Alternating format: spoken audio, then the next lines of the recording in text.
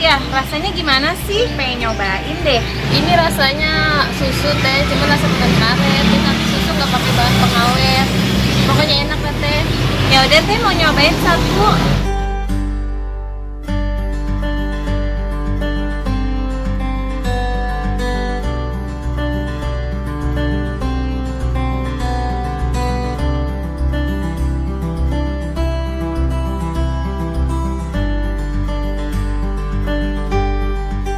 Ini teh udah jadi teh pesanannya.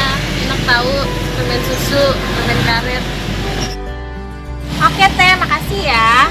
Nah guys, udah jadi nih susu permen karet aku. Ayo guys, kita cobain aja.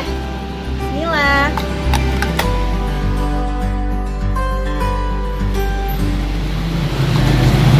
Warnanya bagus banget ya guys.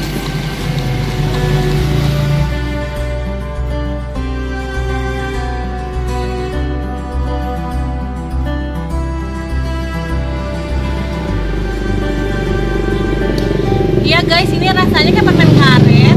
Guys, ini tuh rasanya kayak susu stroberi perpaduan sama permen karet guys. Enak loh guys, rasanya juga seger banget. Segelas ini cuma 6.000 loh guys. Buat kalian yang mau mampir, lokasinya ada di Jalan Raya Susukan ya guys.